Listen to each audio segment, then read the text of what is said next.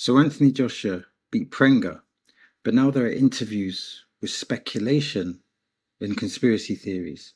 So let's discuss 8 ideas to give some perspective. So idea 1, let's take it slowly. Prenga's explosive first round created the conspiracy theories. Why? Because his performance changed dramatically in round 2. My first question is, did it change dramatically? Or did Prenga just feel the jab? Did he feel the power of Anthony Joshua's jab? The power of Anthony Joshua's 1-2? And then, of course, the brutal power at the end. He clearly didn't feel the power in round 1 because he didn't really get hit in round 1. But he definitely felt the power in round 2. And if there was a conspiracy, if a conspiracy is valid, why would Prenga have a great start in this conspiracy? And is there any evidence to substantiate the conspiracy? The conspiracy is a fun narrative, but whether it's a true narrative, well, they're two different things. So the second idea is that the manager firmly denies that anyone instructed Prenga to stop attacking or surrender in the fight. Even if someone made that motion, Prenga does not have to follow it. That's number 1. Secondly, however, if this conspiracy was true, Prenga's manager's hands would be tied and he wouldn't be able to admit it. Of course, the question is, why would Prenga start so positively and then surrender? That doesn't make sense. Who is instructing Prenga to stop attacking? Prenga had, remember, a massive financial incentive to win. If he was to win this fight, massive doors would open. Of course, a Prenga victory would have destroyed the Tyson Fury AJ fight, which is a massive fight. So of course there's a massive incentive. Eddie Hearn and the whole boxing world wants AJ to win because of this massive fight. But again, there's no real validation of a conspiracy to my understanding. Again, if you're going to surrender, why would you knock your opponent out or knock your opponent down twice in round 1?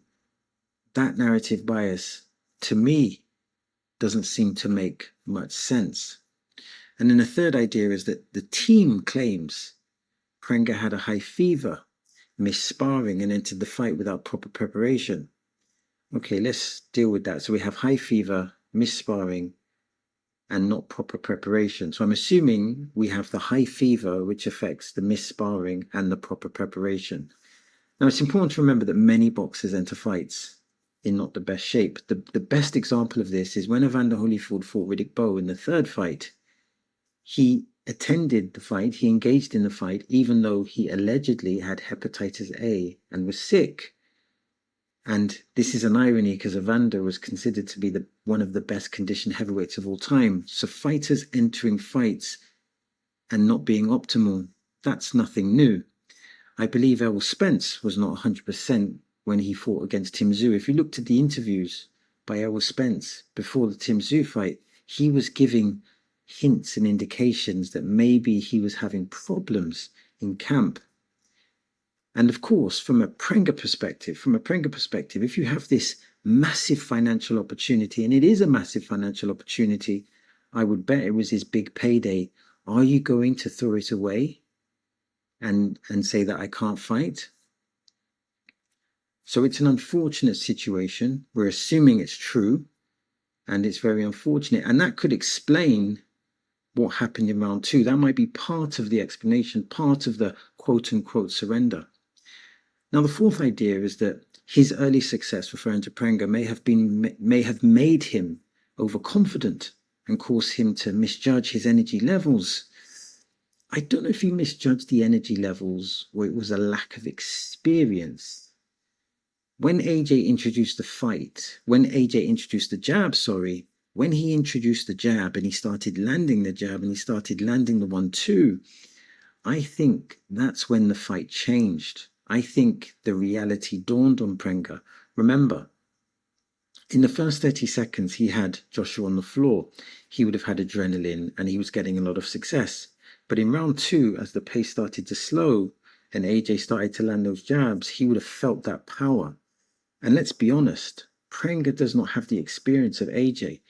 If you look at the experience meter from 1 to 10, AJ is up here and Prenga is down here. He doesn't have the experience at an elite level, and some would say he only has experience at a very, very low level. So it's understandable that after having such success, that he might not be able to manage that situation in the most effective way. Idea number 5, the key tactical mistake was Prenga pausing instead of continuing to pressure Joshua after the knockdowns. I'm not sure if I agree with that premise, because Prenga did pressure Joshua. And remember, the main knockdown, particularly the first knockdown, it came in the pocket. Remember, boxing, you've got in the pocket, mid-range, and long range. It was in the pocket when Prenga threw that uppercut after throwing the overhand right, where he had the success. So that's part of it. He wasn't able to effectively get back in the pocket. And also, he's probably never felt that type of power before. When Joshua hit him with the jab, it had an effect. He did not have the adequate tools or experience to adapt. Once he felt the power, Joshua capitalized instantaneously. And the 6th idea is that Joshua's ability to survive the opening storm and regain his composure, that whole ability to survive the storm and regain his composure was a major part of the comeback. When we look at AJ's bravery, it's of a high standard. He's a very brave man. And I think we need to stop criticizing AJ's mental strength. The Daniel Dubois fight, the loss to Daniel Dubois, there's like this narrative bias that it contributed to a weak mental state. And if you look at that fight objectively, in round 5, AJ hurt Daniel Dubois and then got hit by a counterpunch. So that has got nothing to do with weak mental strength. And in this fight, AJ showed that he's courageous, he's brave, and he can come back from looking to be on the brink of defeat. However, we have to be fair. And I think it's a fair question to ask, has Joshua got issues with punch resistance? And then idea number 7, Joshua's jab helped him reclaim the distance, disrupt Prenga's rhythm, and control the fight. I definitely agree. I think Joshua didn't get a chance to introduce the jab in the first round because Prenga got in the pocket, landed that uppercut, and then Joshua was simply trying to survive and he was trying to slow the fight down. But in round 2, he introduced the jab and that controlled the distance. And then shortly after that, Anthony Joshua ended the fight. And the final idea is that Prenga possesses dangerous power, but the fight exposed a weakness. What? A weakness in what? A weakness in conditioning, pacing, in ring IQ. I think it's hard to talk about the conditioning because if you look at the fight, he was knocked out. So I'm not sure if we can talk about the conditioning. Again, did he have bad pacing? Well, he hurt Joshua. He knocked him down twice. So I'm not sure if we can criticize the pacing. It's hard to tell. You can talk about the ring IQ because I think that he was unable to make the necessary adaptations in round 2. He was unable to capitalize on the moment. But it's hard to really make a definitive statement with regards to his conditioning, unless he was tired. And if he was tired, it's the second round. But we have to factor in the context of the environment of the fight, the high, the adrenaline of the fight, that experience, that would have been alien to him. So maybe that contributed to his energy depleting. So to end here, I want to end on 5 questions. Question number 1, did Prenga's explosive first round actually weaken the conspiracy theory?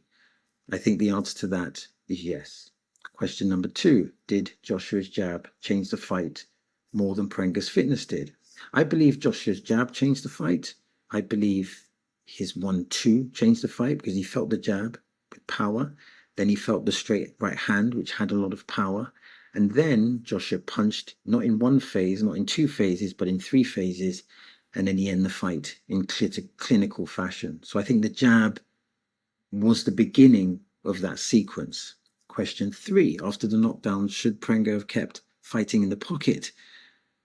I think Prenga did try to get to the pocket, but in the second round, Anthony Joshua, being an experienced high-level fighter, a former 2-time heavyweight champion, didn't allow him to get into the pocket. Question 4, has this fight finally proved Anthony Joshua's mental toughness? To me, I always thought Anthony Joshua was mentally tough. He's shown mental toughness in various different ways. The greatest reference to that is the Klitschko fight. He knocked Klitschko down, then he got knocked down, then Klitschko started to take control, and then he rolled the dice, he went for it, and he stopped Vladimir Klitschko. And that was a great performance, and that was a performance that showed great courage. But I do believe that this really should close the curtains on questioning Anthony Joshua's toughness and Anthony Joshua's mental toughness. And did the fight expose Prenga's lack of experience more than his lack of conditioning? There may be a conditioning issue, but I think the more significant issue was Prenga's lack of experience. So that's the end of the video. Now I'm trying to build a digital boxing community, and that means I'm interested in your thoughts, I'm interested in your perspectives, and I'm interested in your observations. Now, if you want to support the channel, press like, hype, and subscribe. And if you want to watch more content like this, then simply click here or click here. As always, thanks for your time. It is much appreciated.